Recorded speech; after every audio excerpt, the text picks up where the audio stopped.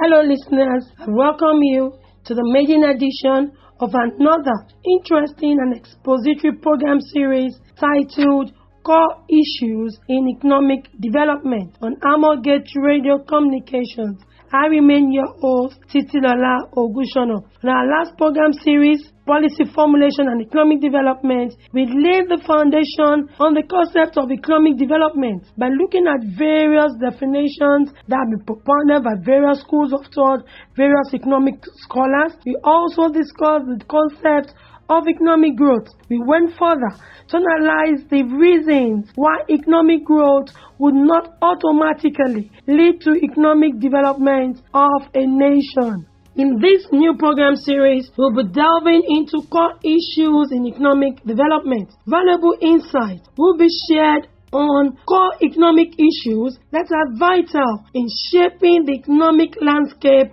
of a nation. We'll be investigating some critical sectors in the economy, like the agricultural sector, the energy sector, the health sector, that play a pivotal role in achieving sustainable economic development. What we plan to do is to carry out comparative analysis among countries, that is, to compare the performance of a particular sector, like the health sector in a specific country, with the health sector of another country. We would not limit our comparison, to just countries. Would also want to compare performances of various continents, across the globe. We'll be drawing insight on the high-performing ones, like high-performing countries or continents, evaluating also the reasons for poor performance of developing countries, because evidence has shown, data has revealed that developing countries, emerging economics, are way behind in these indices of economic development. So from there, we would look at suitable or workable solutions and come up with recommendations for policy makers. We would look at issues like poverty level. We would talk about various definitions that be propounded by different schools of thought on how to define poverty. We would investigate various dimensions of poverty. We also look further critically into nations that have struggled with high level of poverty rates. You have nations that were rated third world countries but have now become developed countries. We look at how were they able to come out of that phase, of that poverty dilemma, because there are lessons that will be drawn from their own experience. And definitely we want to look at the peculiarity of high rates of poverty in developing countries. And of course, we'll narrow our lenses on the African continent. And why am I saying this? Because research has revealed that 19 out of the 20 poorest countries in the world are located in Africa. So we want to draw lessons from other countries and continents that will be able to put an end to this sort, and be able to develop the economy. And let's from there want to come up with workable policies, institutional framework, laws, relevant monetary and fiscal policies that can be implemented to curb this surge, especially on the African continent. Definitely is going to be worth discussing inflationary rates, inflationary pressure, globally the increase in prices of goods and services, products has skyrocketed. We want to look at the various forms of inflation. Let's look at effective measures that can be helped to curb inflationary pressure, especially in developing economies. Yes, we know that it's the recent hike in prices, inflationary pressure has become a global phenomenon, not just peculiar to developing economies, but I know that the impact is felt more in developing economies. So we want to look at how developed nations being able to handle this. Are there lessons to be learned? What can we do globally? What are the lessons that we can learn so that we do not fall into this anymore? So inflationary pressure, inflationary rate, issues of inflation will be looked look into in subsequent episodes in this program series. One of the factors that has been put forward by scholars that is responsible or is a major factor that determines the level of economic development of a nation is the availability of natural resources. It's expected that nations who are greatly blessed with natural resources should experience high level of economic development. But investigation has revealed that it is not the case for some countries. We have a lot of developing countries that are blessed with natural resources. So it leads us to the question, so what then is the challenge? That's what we call the Dutch disease. And this Dutch disease simply means the over-dependence on the natural resource from a sector of an economy at the detriment of other resources or sectors. So one thing we have realized is that most developing economies, when they have a particular natural resource, maybe the crude oil, like that of Nigeria, that be so much dependent on that particular sector to the detriment of other sectors, neglecting other sector, so that has really hindered them for attaining the desired level of economic development. So we'll be looking further into this. What is the way out of the dilemma? What have other nations done? Other continents, what have they done? We'll be looking at, we'll be investigating more on this in subsequent episodes. Oh yes, the energy sector is still another one we want to consider. We want to look further into the prevailing burning issues in the energy sector. We will look at measures that can be adopted by developing countries in harnessing the full potentials of the energy sector, because this is a sector that, if it is well positioned, if it's well developed, formulating the right policies, it has full potentials of achieving high level of economic development for any country or nation, or even the continent, as the case may be. So the energy sector is one of the sectors that we'll be investigating. One of the measures of economic development is the HDI, Human Development Index. And one of the parameters, the component of the HDI, is the health. So the health sector is very important to us as well, because you cannot be productive as an individual in a particular country if you are not healthy.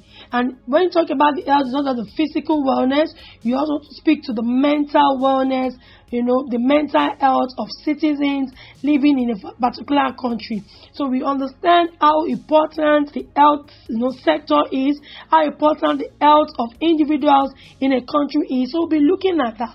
You'll be drawing inferences, analyzing, and some things we want to look at is one of the ratio of measuring even the health sectors, which is the life expectancy ratio. While we have some countries, the life expectancy ratio is about 85 years, 90 years. In fact, research has shown recently that the country with the highest life expectancy ratio is Hong Kong. Okay, we have countries that developing economies where the life expectancy ratio is about 55 years. That of Nigeria is about 56.5 years. Okay, so if you live beyond that, you are expected that's extra. So you are saying someone only, and look at the productive years. That will even affect a lot of factors. It will affect the level of economic growth, that is the value of goods and services that we produce in an economy at a particular point in time. So if people cannot live beyond 56.5 years, so what happens to the level of productivity? And remember, I said that you cannot achieve economic development without economic growth. There must be growth first. Then talk about development. And development speaks to the standard of living. So when people are not healthy, it speaks to the level of development, in that nation.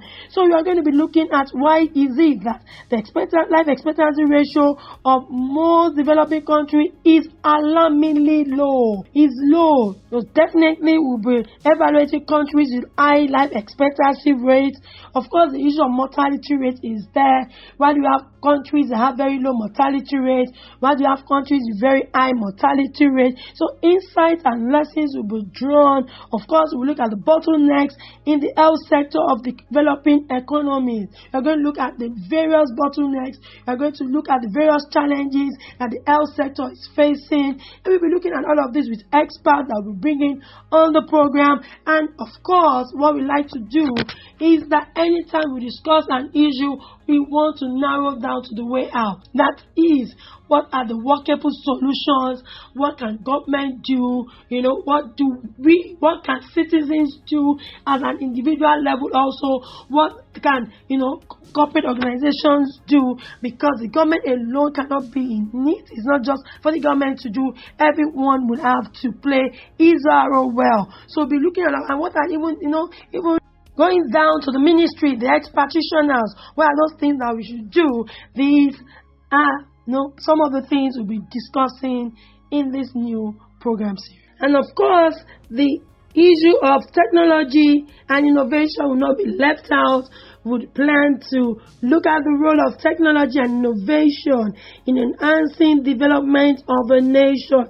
And of course, we'll be zooming our lenses on developing economies. What are the inhibiting factors that would undermine achievement of economic development with the tool of technology and innovation? Of course, we'll be looking at countries that have gotten it right, drawing insight from them, and also profiling workable solutions on the way out for developing economies to enhance the full potentials of technology and innovation. And we'll also dwell a bit on infrastructural development. We plan to bring in, professionals here that will look at the various forms of infrastructure, the significance of the role of infrastructural development on the attainment of economic development, peculiar challenges of this in developing economies, and of course the way forward, recommendation, policies that can be formulated in enhancing, optimizing the benefits of infrastructural development as a tool for economic development. And of course, as time will permit, in this quarter, we'll look at more issues as we go on. On today's maiden episode of our program, I want to discuss some core economic factors and non-economic factors that would determine the level of economic development in a country. The first that we're discussing is the level of savings and capital in a nation. Your level of savings and capital will play a very vital role in determining economic growth and thus economic development in a country. If the level of savings and capital is low, it's according to Arundel model, that means you are going to achieve low economic growth and economic development might not be a reality at all. Arundel growth model stipulates a positive relationship between savings, investment, and economic growth. Because when savings increases, your level of investment increases, and when your level of investment increases in a nation, it's expected that your level of production of goods and services would increase, and that will lead to an increase in economic growth. And if it's balanced, when you say balanced growth, that's growth across all the sectors of an economy. That should translate into, all things being equal, ceteris paribus, into economic development of that country. So it means that your level of savings, that's why you see the central bank of a country coming up with different monetary policies that would improve the level of savings in the economy, that would even increase the motivation to save, thus increasing the level of investment, like I said, also leading to, an increase in economic growth of a nation. But the second I'll be mentioning now is access to finance. So, because limited access to finance by firms, especially those we classify as the MSMEs, that's the micro, small and medium enterprises, would hinder economic growth and development in any nation. So if your productive sector cannot have access to finance, and some of them have access to finance, but the interest rate might not be favorable. Sometimes it's a case of very high interest rates. We have some developed nations where the interest rate is just 1 digit, where developing economies are grappling with 2-digit interest rate figures. So that will affect. But some would also say, even if the interest rate is high, let it be accessible, for those who need, those lines of credit, so that they can plug back into their business. It will encourage business expansion. That is important, because when they can expand, then they can employ more people. When businesses grow, the rate of unemployment in that country would be low. And when it is low, definitely one of the parameters indices talking about standard of living, the poverty will be low, because people that are able to work and willing to work would be gainfully employed. So when businesses do not have access to finance, and in the case of developing economies, is going to affect the growth rate of a nation, and definitely will speak to the standard of living, which invariably speaks to the level of development of that country. Okay, there was a World Bank report on countries with easiest financing access, including credit sources and loan requirements. And the research was based on surveys of more than 161,000 firms and measured loan availability in more than 144 countries. So out of 144 countries, the research carried out by World Bank, we had 5 countries, the top 5 countries offering easiest access to business expansion loans. And I want to run through the 5, quickly. At number 1, that means the top country, top one out of the 5, the top 5. At number 1, we had Chile. In Chile, 79.6% of companies either have business loans or lines of credit, and that speaks a lot to productivity in the economy. It speaks a lot to key indicators of development of a nation. Okay, at number 2, we have Peru. They had 77.8% of firms there to either have business loan or even lines of credit. Okay, so the third 3 countries, and number 3, talking about countries offering easier access to business expansion loan. And number 3, we have Spain.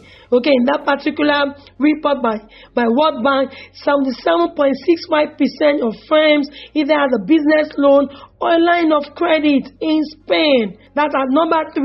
And look at that, we're talking about the top 5 out of around 44 countries. At number 4, we have Cyprus, and can be said to be one of the emerging powers in Europe. So in Cyprus, we have 69.4% of firms enjoying, small business expansion loans and lines of credit. And at number 5, we have Belgium. And in Belgium, likewise, 68.8% of firms are either enjoying small business expansion loan or even lines of credit. So you can see that if the productive sector, that means the businesses, the firms, the micro, small, medium enterprises, can have access to loan. And research has proven that the SMEs, are crucial for economic development, because those are the people that would employ the citizens in a particular nation. Government can employ a lot of people. Public government will employ less than 20 to 25%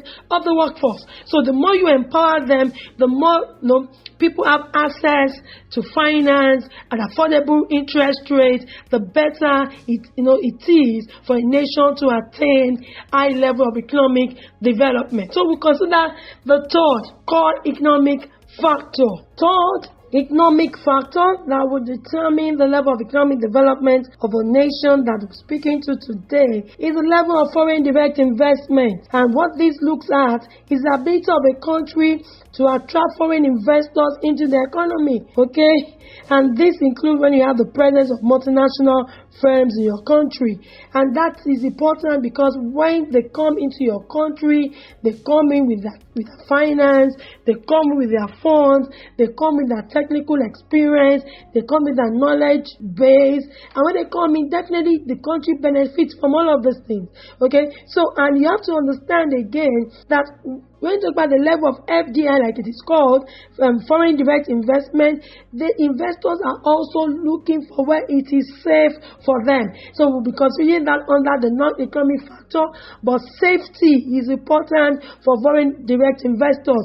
They don't want to come into, a safe environment. They don't want to come into a climate that is politically, unstable. They wouldn't want that. So security of life and property is going to be top for them. Okay, one of the factors they want to consider when they are coming. And they don't even want volatile economic environment.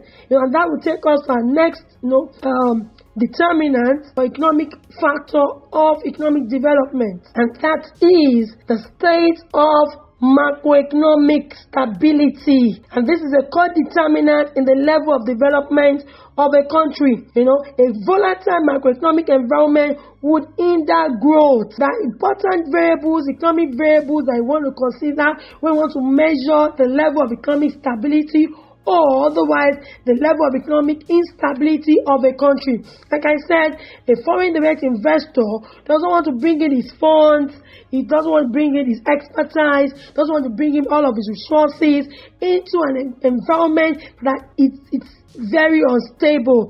So the things I want to be looking at is your inflationary rate. Is it very high? We have different levels according to movements. Is the inflation rate working? Is it creeping? Is it hyper? Is it galloping? Nobody wants to come into an environment where the inflation pressure is extremely high.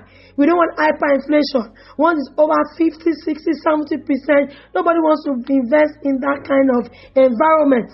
Nobody wants to invest in a place where you have exchange rate instability. So they want to check your exchange rate stability. They want to check, though some schools of thought have argued that when your currency is devalued, that it's going to affect foreign direct investors. Yes, it is true. However, if it is very volatile, if it's hyper unstable, definitely it's not going to make them want to come into the economy. That's why sometimes you see that when people come into an unstable environment, like developing economies, they don't want to cut their contract in your currency. They'll rather find a stable currency. Like that's how most people will cut contracts in USD. And that has implication again on your terms, on your balance of payment equilibrium is going to, because it means more people will demand the USD, and the simple law of demand and supply would affect you, because once the demand is higher than the supply, definitely it's going to lead to an increase in the price of the currency. So when people want more dollars than your currency, for instance, in Nigeria, than Naira, then become an issue. That's why even the government, came up with a policy that anything that is done within Nigeria, any payment must be made in NGN, Nigerian currency. Okay, so nobody wants to come into an unstable environment where exchange rate is highly unstable. Of course, they want to look at the interest rate, your lending rate, if it's very high, if it's exorbitant, if it's not going to be healthy for them. These are factors that people want to consider, and this will determine your level of development, because if your interest rate is too high as a nation, businesses are going to be struggling, because of course it's going to form part of their cost of production, and it's not going to make their product competitive. Don't forget, when if I have a manufacturer in Nigeria producing, a typical example, and the interest rate in Nigeria is about 24%, whereas another manufacturer produces the same product with me. My competitor is producing in Ghana, and the interest on loan in Ghana is 16%. Now, 16 to 24 is already an 8%, difference. So it means someone in Ghana that is producing, his cost of production will be lower than mine. Okay, and I have to recoup my own cost of production. I have to add my overhead cost, because of course I'm going to pay for electricity, alternative power supply. If I have to buy my diesel, fuel my train, I have to look at other taxes that will be involved. And don't forget that we are going to sell in the same global market. So already, if the interest rate on lending is very high, you're already putting the producer in that kind of a country, at a disadvantage. It means you cannot compete favorably with your competitors. Your prices will be higher. And definitely, you said in economics that every consumer is rational. Okay. Yes, we say ceteris paribus, all things being equal, because sometimes even when some goods are expensive luxury goods, some people want to purchase them because of class, okay, because it shows their status, their financial status. But all things being equal, a rational consumer who prefer to buy a product that will give him or her the same utility at a lower price. That's why we would say about price and demand, that the price of a product and the quantity demanded of that product has an inverse relationship. That is, when the price is low, more people will demand more of those quantity of that product. And once it is high, they demand less, especially for substitute foods. Okay? So it means that if I'm not buying from you, I can buy that kind of product from somewhere else that is cheaper, then I rather go there. And that will put your producer at a disadvantage. It means they cannot even produce more. And when they cannot produce more, they can't employ more. And when they're not employing more, it speaks to the unemployment rate in that country. And when unemployment rate is high, it speaks to the standard of living of the citizens. And that will even speak to even life expectancy ratio. You see, it's a cycle, and it goes round and round. So, level of macroeconomic stability matters a lot, and even tax rates. If the tax is high, you are going to discourage people, from coming in, multinationals. And that's why you see that in some developing economies, we have firms moving out, okay? We have firms just moving out.